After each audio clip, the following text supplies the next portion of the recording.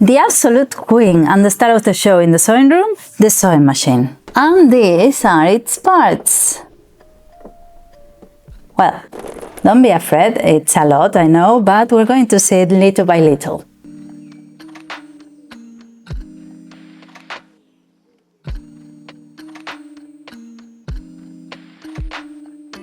And we're going to start with a question that people ask me a lot, which is, I'm going to start sewing, which machine should I get?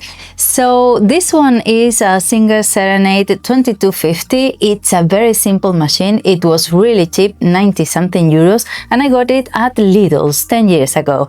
And it was because I wanted a travel sewing machine, but they were expensive. They were more than 60 euros. And I thought, well, I can get this one, which costs only a little more, and have it as a second machine to take out of home, or I don't know, things like that.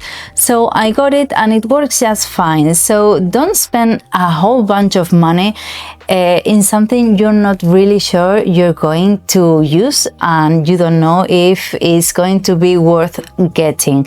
So get something simple, get something that maybe someone is not using, or a second-hand one. And after that, if you see that you're using it a lot and you can get a better one because you're really passionate about sewing, just get it. But start with a simple tool and then upgrade. And people ask me personally, why haven't I upgraded yet? Because I like showing people that you can sew with a simple machine. It's a bit heavy. Well, it's true that it might be a bit overwhelming with all the levers and the wheels and stuff, but don't be afraid of it. Unless you put your finger in there while sewing, nothing bad's gonna happen. So don't be afraid of breaking it, because you're not going to break it. You can break a needle, it happens to all of us, more times than you might think of, but it's nothing wrong with breaking a needle. It means you're using it, so don't leave it in a cupboard out of the way, waiting for a special day to use it. Just use it.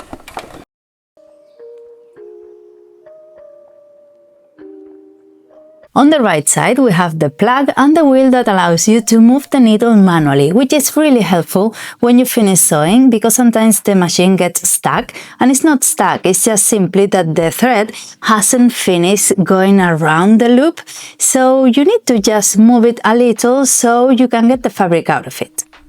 And on this machine, this one has a mark and it tells... And on this machine, this one has a mark that tells you when your needle is up. So mark up, needle up. And on the front of the machine, we have two wheels and a lever. The two wheels are the ones to choose your stitches and the ones to choose the length of your stitch.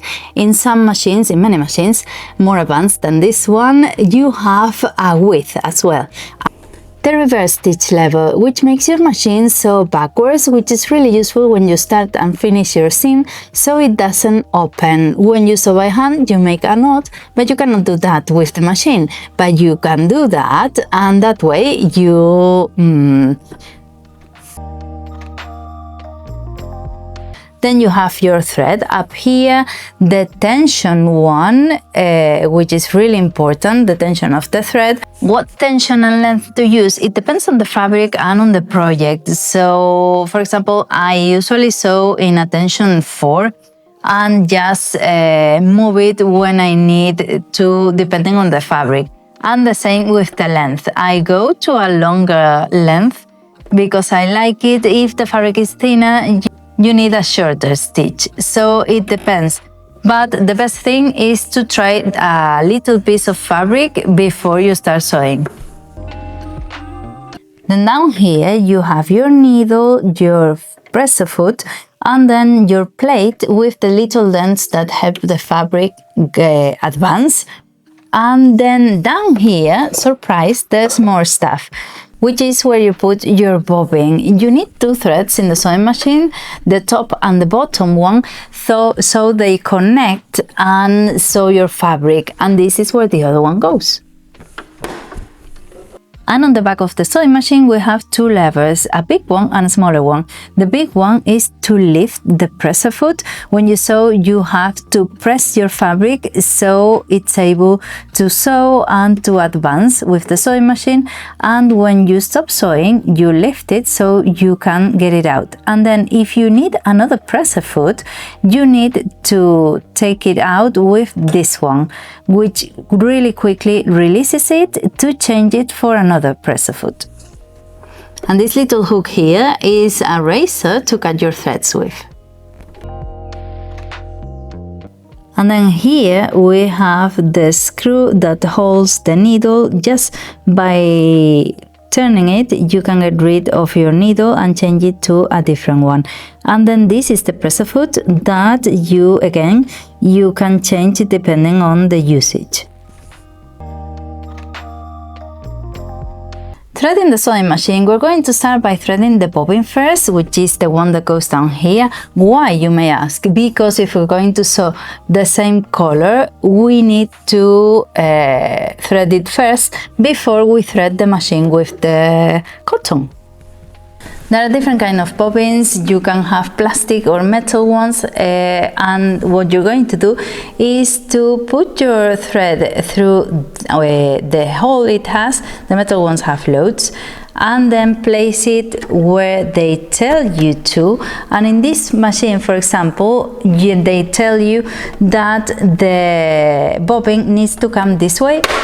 The good thing is that they have little drawings to tell you how to do it. The good thing is that it has drawings that tell you with numbers how to place your thread and how to make sure that it's well threaded.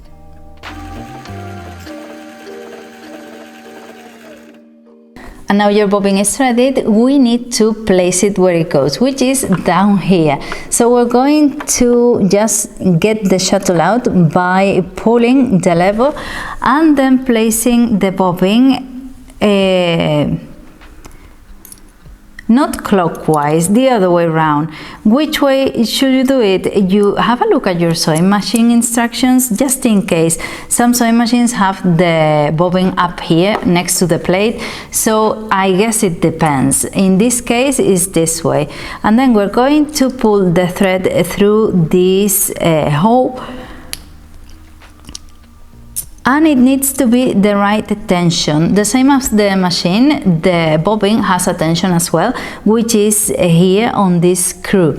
So if your bobbin is too tight, you end up with a really tight seam and even ruffled, so you don't want that. And if it's too loose, the thread will be too loose.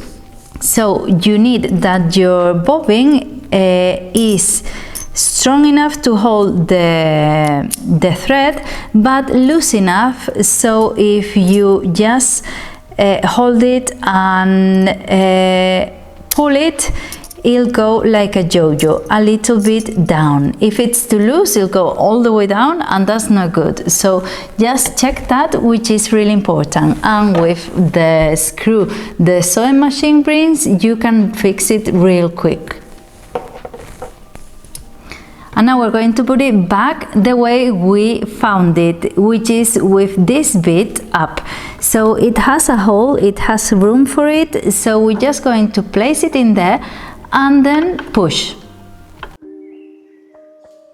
And now threading the top thread, which is not difficult because again, sewing machines bring numbers and arrows, so you just have to follow the circuit. And be careful of at first, because there are double the numbers which indicate what we just did, which was threading the bobbin. But those numbers have a different color or a different sign. In my case, they have a dark circle. So I'm going to follow the normal ones without the dark circle. And once we follow all the numbers, be careful of getting in this lever and everything all around it.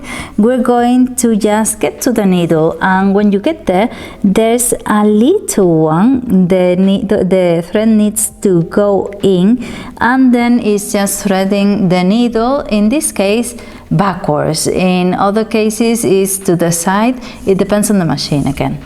With the machine threaded, we're going to make sure that it goes inside the presser foot and to the side. And while holding it, we're going to move the needle manually so it comes down, and you can see how it goes around the bobbin case, and that way we can get the other thread out.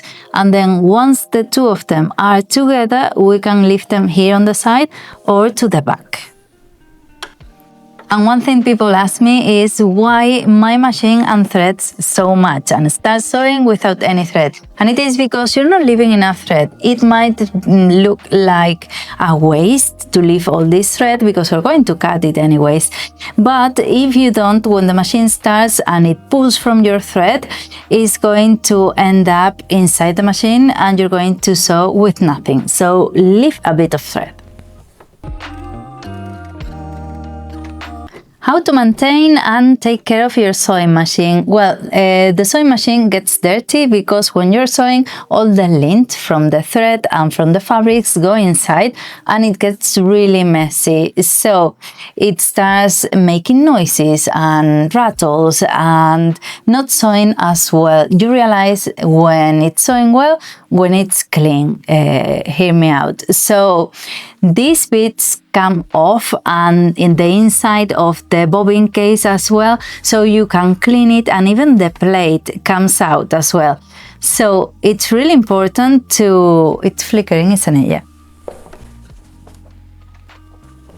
So I'm not going to start doing all that because I have already videos. Not long ago I did one. So I leave it link here so you can see how to clean it and grease it. But just realize that you have to take care of it, and you can even make a cover for it as a first sewing project so the dust from the house doesn't get in there either.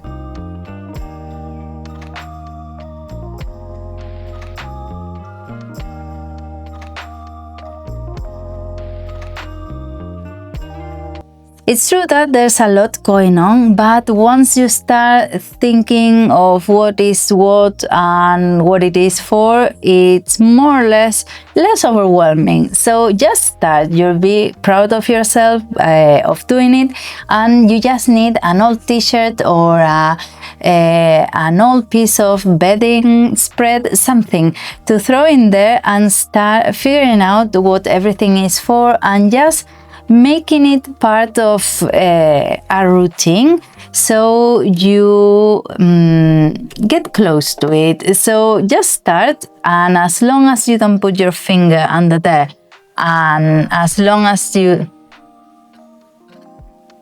just think that as long as you don't put your finger under there while it's sewing, everything's gonna be okay, because you're not going to break it. I can assure you that. So just start, and on the next video, first stitches. See you. Bye.